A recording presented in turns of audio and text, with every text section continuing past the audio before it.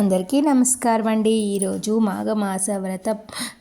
మాఘమాసంలో నదీ స్నానం చేసి గంధర్వులు ఎలా రూపాన్ని అయితే మార్చుకున్నారో ఈ కథ ఫలితం ఏమిటో ఈ వీడియోలో క్లియర్గా వశిష్ఠ మహర్షి దిలీప మహారాజుకి అయితే చెప్పున్నాడు. కాబట్టి మీరు కూడా ఈ కథను శ్రద్ధగా ఆలకించండి. వీడియోని ఎక్కడ స్కిప్ చేయకుండా ఈ కథ అయితే వినండి. మీకు ఎనలేని పుణ్యము, ఆరోగ్యము, సంపద కలుగుతాయి.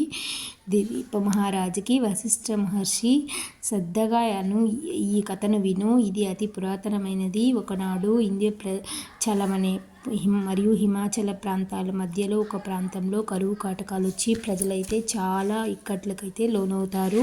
తాగటానికి నీరు కానీ, తినడానికి తిండి కానీ లేక ప్రజలు అలమటించిపోతారు.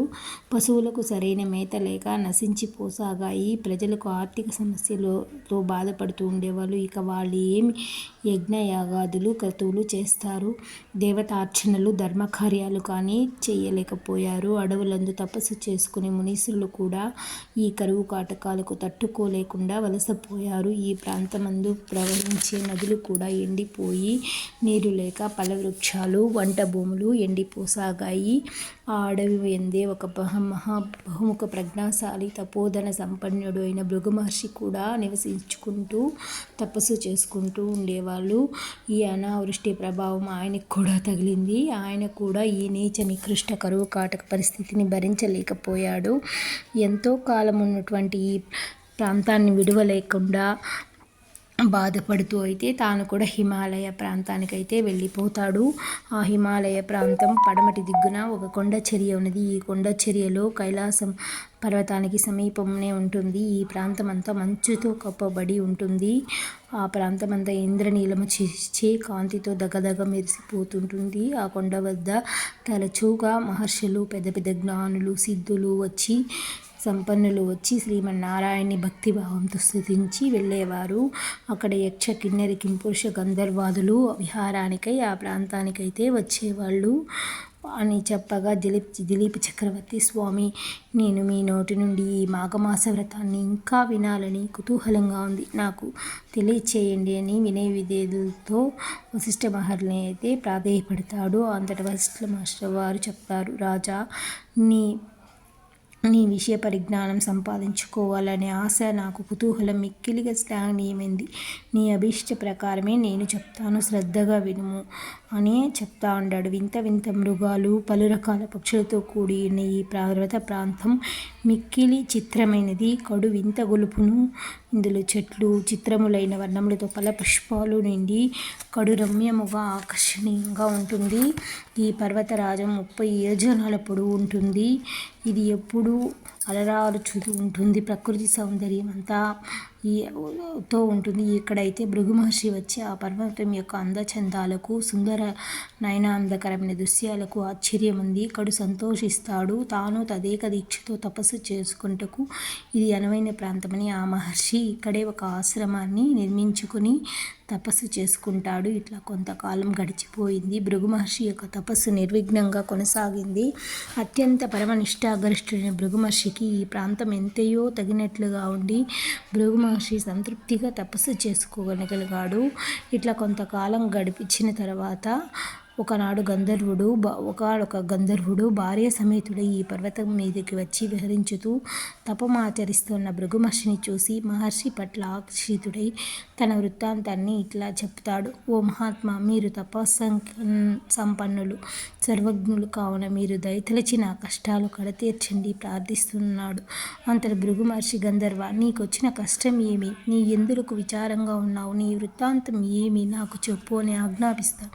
గంధర్వుడు, ఓ మహర్షి, నా కష్టం ఏమని చెప్పను? నాకు పూర్వజన్మ పుణ్యం వలన స్వర్గం ప్రాప్తించింది. కానీ ఎందుచేతనో నాకు ఈ పులిముఖం కలిగింది. నాకు ఈ దురవస్థ ఎందుకు కలిగిందో తెలియలేకున్నది. నేను చేసిన పాపం ఏమిటో తెలియలేదు. ఈ పులిముఖంతో కడు బాధలు పడుతూ ఉన్నాను. ఎవరికీ నా ముఖం చూపించలేకపోతున్నాను. నన్ను చూసిన వారందరూ నేను ఒక పులిని పరికరించుటలేదు. ఇక ఈమె నా భార్య, అత్యంత రూప లావణ్యము కలది, మిక్కిలి గుణవంతురాలు, మహాసాధ్వి. నా వికృత రూపము వలన నేను అందరికీ దూరం అయిపోతున్నాను. నాకు ఈ రూపానికి కారణం ఏమి అని తెలుపు, దానికి ఉపాయం తెలుపమని వేడుకొన్నాడు. ఆ గంధర్వుడు భృగు మహర్షిని. గంధర్వుని వృత్తాంతాన్ని, అతని దీనాపలాలని విని అతని వికృత రూపాన్ని చూచిన భృగు మహర్షి హృదయం ద్రవించింది. తన హృదయాన్ని ఎవరో కదిలించి వేసినట్లయింది. వికృత రూపంలో ఉన్న ఆ గంధర్వుణ్ణి ఎట్లయినను ఉపకారం చేయాలి అని నిశ్చయించుకున్న వాడై, ఓ గంధర్వ కుమారుడా, నీవు మిక్కిలి దురదృష్టవంతుడివి, భాగ్యహీనుడివి. నీ అదృష్టహీనత వల్లే నీకు ఈ దురవస్థ కలిగింది. మనిషిని కృంగదీసేది మూడే మూడు. అవి: 1 పేదరికం, 2 పాపం, 3 దురదృష్టం. ఇవి మనిషిని కృంగదీస్తాయి. కావున వీటిని నివృత్తి చేసుకోవాలి. ఇది ఒక్క మాఘమాస స్నానం వల్లనే సాధ్యం. దీనికి అదియే పరమ ఔషధం. మాఘమాస స్నానం ప్రతివారును జాతి కుల మతాలు భేదాలు లేకుండా జనులందరూ ఈ మాఘమాసం స్నానం చేసి తమ తమ పాపాలను నివృత్తి చేసుకొనవచ్చును. కావున నీవు కూడా నీ భార్యతో సహా ఈ మాఘమాస పర్వదినములందు నదీ స్నానం ఆచరించు. నీకు శుభములు చేకూరగలవు. ఇది మాఘమాసమే కావున మీరిద్దరూ నదీ స్నానం చేసి పవిత్రులై విష్ణు పూజలు నిర్వర్తించండి. మీకు మేలు జరుగుతుంది అన్నాడు. మాఘమాస నదీ స్నానం చేసుకోగానే నీ కష్టాలన్నీ తొలగిపోతాయి. భయపడకు, నీ మనోవాంఛ సిద్ధిస్తుంది అని మునిపొంగవుడు మాఘమాస విశిష్టతను వివరించాడు. గంధర్వుడు కూడా అతని భార్యగా శ్రద్ధగా ముని చెప్పినట్లే చేసి మాఘమాస మహత్యాన్ని గ్రహించి వెంటనే సమీపమున్న నదిలో సతీ సమేతంగా గంధర్వుడు ముని చెప్పినట్లే నదీ స్నానం చేశాడు. అంతే, వెంటనే అతనికున్న పెద్ద పలుముఖం గల రూపం పోయి అందమైన ముఖవర్చస్సుతో వెలిగిపోసాగాడు.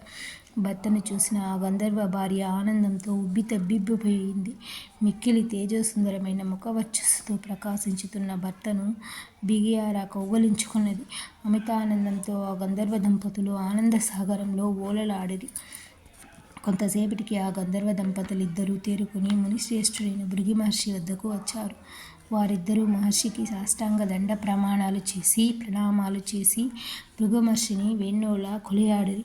తమ నిజావాసానికి వెళ్ళిపోయిరి. భృగు మహర్షి వారిని హృదయపూర్వకంగా దీవించి పంపివేసిన ఈ వీడియో నచ్చిందంటే లైక్ చేసి సబ్స్క్రైబ్ చేసుకోండి. ఈ విధంగా గంధర్వుని యువకుని చరిత్రను వశిష్ఠ మహర్షి దిలీప మహారాజుకు విన్నవించి, రాజా, వింటివి కదా మాఘమాస ప్రత్యేకత. కావున మాఘమాసంలో కేవలం నదీ స్నానం చేసినచో ఎంత పుణ్యఫలం సిద్ధించునో తెలుసుకొంటివి కదా. మాఘమాస నదీ స్నాన మహిమ ఎంత మహత్తు కలదో తెలుసుకొంటివి కదా.